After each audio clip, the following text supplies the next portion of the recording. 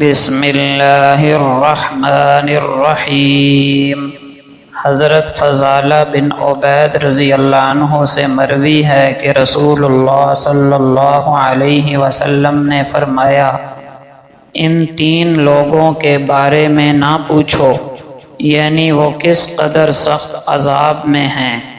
وہ شخص جس نے اللہ عز و جل کی چادر کھینچنے کی کوشش کی اور اللہ کی چادر تکبر اور اس کا اظہار عزت ہے، اور وہ آدمی جس نے اللہ کے حکم میں شک کیا، اور تیسرا وہ شخص جو اللہ کی رحمت سے نا امید ہو گیا۔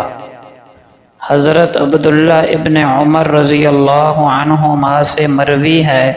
کہ رسول اللہ صلی اللہ علیہ وسلم نے فرمایا، تین آدمی ایسے ہیں جن کی طرف قیامت کے دن اللہ تعالی دیکھے گا ہی نہیں، یعنی نظر شفقت و رحمت سے، اپنے والدین کا نافرمان، مستقل شراب پینے والا، دے کر احسان جتلانے والا، اور تین آدمی ایسے ہیں جو جنت میں داخل نہیں ہوں گے، اپنے والدین کا نافرمان، دیوس، اور وہ عورت جو مردوں سے مشابہت اختیار کرے۔ حضرت ابو ہریرہ رضی اللہ عنہ سے مروی ہے کہ رسول اللہ صلی اللہ علیہ وسلم نے فرمایا، اللہ تعالیٰ اس بندے پر رحم فرمائے جس نے اپنے بھائی کی عزت کی پامالی یا مال میں کوئی ظلم کیا، پھر قیامت کے دن پکڑے جانے سے پہلے ہی اس کے پاس آیا اور اس سے معافی مانگ لی، اور وہاں نہ کوئی دینار ہوگا اور نہ درہم، اگر اس کی نیکیاں ہوتیں تو اس کی نیکیوں میں سے لے لی جاتی، اور اگر نیکیاں نہیں ہوتیں تو ان کے گناہ فرشتے اس کے اوپر لاد دیتے۔ سیدنا عبداللہ ابن عمر رضی اللہ عنہ سے مروی ہے کہ رسول اللہ صلی اللہ علیہ وسلم نے فرمایا، رحم کرنے والوں پر رحمان بھی رحم کرتا ہے، جو زمین میں ہیں تم ان پر رحم کرو، تم پر آسمان والا رحم کرے گا۔ صلہ رحمی رحمان سے ملی ہوئی ایک گھنی شاخ ہے، جس نے اسے ملایا اللہ تعالیٰ اسے ملائے گا، اور جس نے اسے کاٹا اللہ تعالیٰ اسے کاٹے گا۔ حضرت انس رضی اللہ عنہ کہتے ہیں کہ رسول اللہ صلی اللہ علیہ وسلم نے فرمایا، جس نے مدینے میں کوئی بدعت جاری کی، اس پر اللہ کی، فرشتوں کی اور تمام ایماندار لوگوں کی لعنت ہے۔ اللہ تعالی قیامت کے روز اس کے نہ فرض قبول فرمائیں گے نہ نفل۔ اس سے معلوم ہوا کہ بدعت جاری کرنے والے پر اللہ، اس کے فرشتوں اور تمام ایمان والوں کی لعنت ہوتی ہے۔ حضرت عثمان بن عفان رضی اللہ عنہ سے روایت ہے کہ رسول اللہ صلی اللہ علیہ وسلم نے فرمایا، جس شخص نے وضو کیا اور بتائے ہوئے طریقے کے مطابق خوب اچھی طرح وضو کیا تو اس کے جسم کی ساری خطائیں یہاں تک کہ اس کے ناخنوں کے نیچے سے بھی نکل جائیں گی۔ حضرت ابو ہریرہ رضی اللہ عنہ سے روایت ہے کہ رسول اللہ صلی اللہ علیہ وسلم نے فرمایا،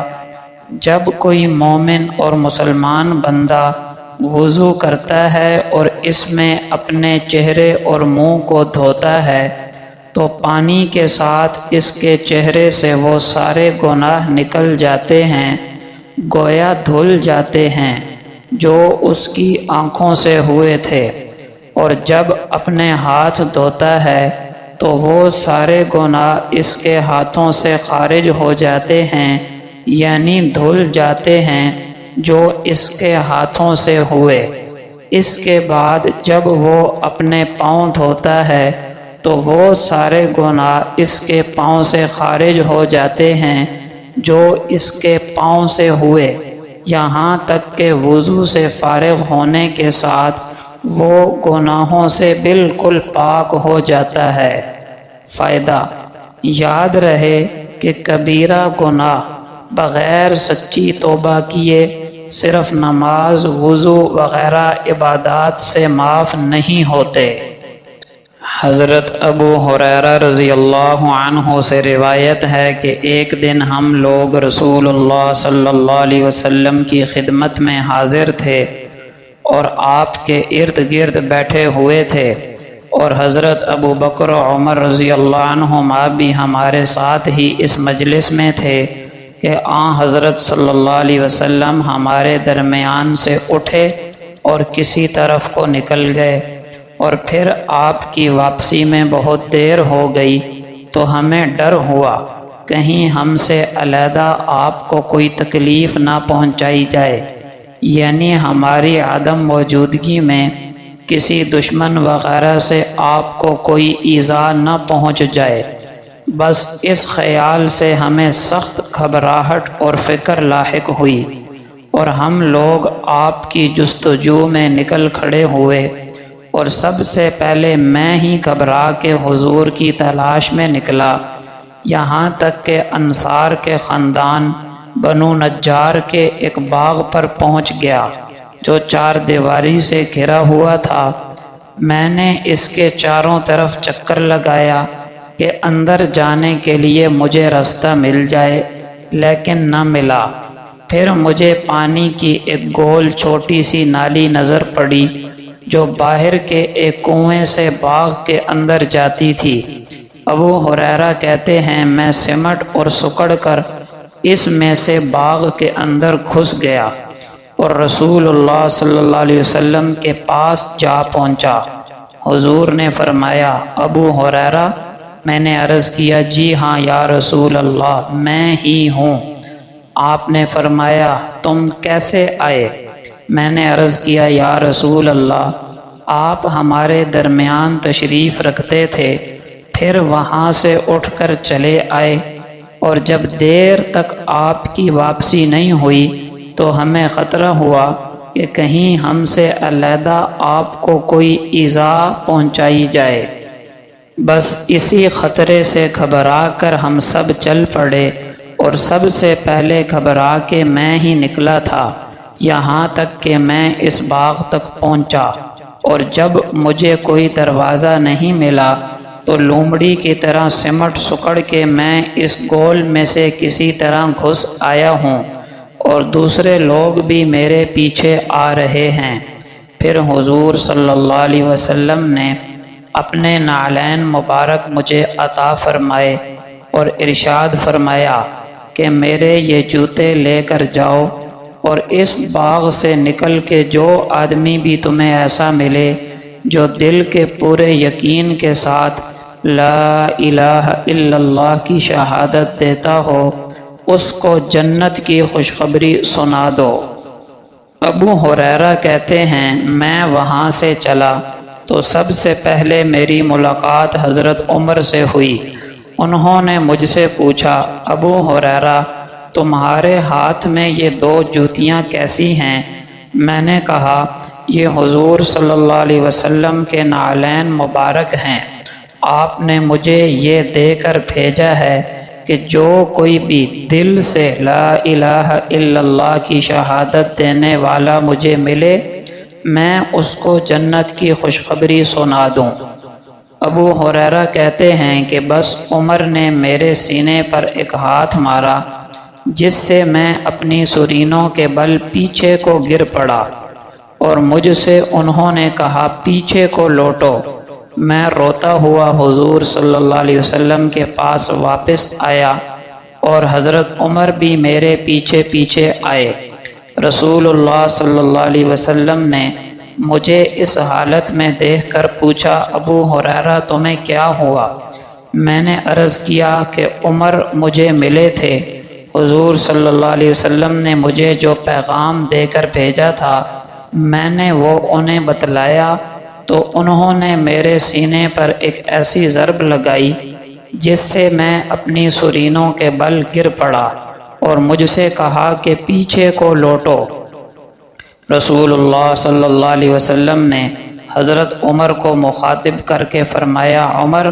تم نے ایسا کیوں کیا؟ انہوں نے عرض کیا، حضور پر میرے ماں باپ قربان ہوں، کیا آپ نے ابو ہریرہ کو اپنے نعلین مبارک دے کر اس لیے بھیجا تھا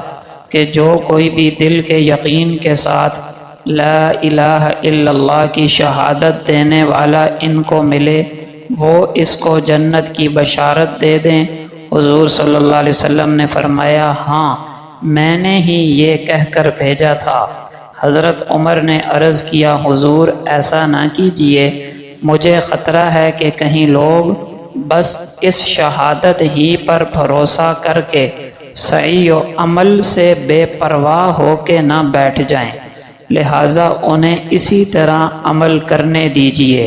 حضور صلی اللہ علیہ وسلم نے فرمایا، ٹھیک ہے تو پھر جانے دو۔ فائدہ: حضرت ابو ہریرہ کو آپ صلی اللہ علیہ وسلم نے جس بشارت عظمیٰ کے اعلان کے لیے بھیجا تھا، اس کی غیر معمولی اہمیت کی وجہ سے آپ نے اپنی کوئی خاص نشانی بھی ان کے ساتھ کر دینا مناسب سمجھا، اور اس وقت آپ کے پاس ایسی چیز جو اس مقصد کے لیے آپ ان کو دے سکتے تھے یہ نعلین مبارک ہی تھے، اس لیے وہی آپ نے ان کو عطا فرما دیے۔ حضرت عمر رضی اللہ عنہ نے اس واقعہ میں حضرت ابو ہریرہ کے ساتھ سختی کا معاملہ فرمایا، کیونکہ وہ حضور صلی اللہ علیہ وسلم کے خاص شریک کار مشیر خصوصی تھے، اور جس طرح ہر جماعت اور ہر خاندان کا بڑا اپنے چھوٹوں اور تنبیہ اور سرزنش کا حق رکھتا ہے، اسی طرح حضرت عمر بھی یہ حق رکھتے تھے۔ پس حضرت عمر نے اس واقعے میں حضرت ابو ہریرہ کے ساتھ جو سختی کی وہ در حقیقت اسی وجہ سے ہے، اور معلوم یوں ہوتا ہے کہ حضرت عمر نے ابتداءً ان سے واپس ہونے کو کہا ہوگا، لیکن وہ چونکہ تمام اہل ایمان کے لیے ایک بشارت عظمیٰ کا پروانہ لے کر آ رہے تھے، اور ان کے نزدیک یہ بہت بڑی سعادت تھی جو انہیں حاصل ہو رہی تھی، اس لیے انہوں نے واپس ہونے سے انکار کیا ہوگا، اور بالآخر حضرت عمر نے ان کو واپس لوٹانے کے لیے اس سختی سے کام لیا ہوگا، کیونکہ ان کو ایمانی فراست کی وجہ سے اور مزاج نبوت سے شناسائی کی وجہ سے اس بات کا کامل یقین تھا کہ اس بشارت کا دوسرا پہلو جب حضور صلی اللہ علیہ وسلم کے سامنے آئے گا تو آپ بھی اس کو خلاف مصلحت ہی سمجھیں گے، اور ابو ہریرہ کو اس کی عام اشاعت سے منع فرما دیں گے، چنانچہ ایسا ہی ہوا۔ اس حدیث میں صرف لا الہ الا اللہ کی شہادت پر جنت کی خوشخبری دی گئی ہے، یعنی صدق دل سے دین توحید پر ایمان لائے اس کو خوشخبری دے دی جائے کہ وہ ضرور جنت جائے گا، اگرچہ گناہوں کی سزا پانے کے بعد ہی جائے، اور اگر گناہوں سے بچتا رہا تو اس کلمے کی برکت سے ابتدا ہی سے جنت میں چلا جائے گا۔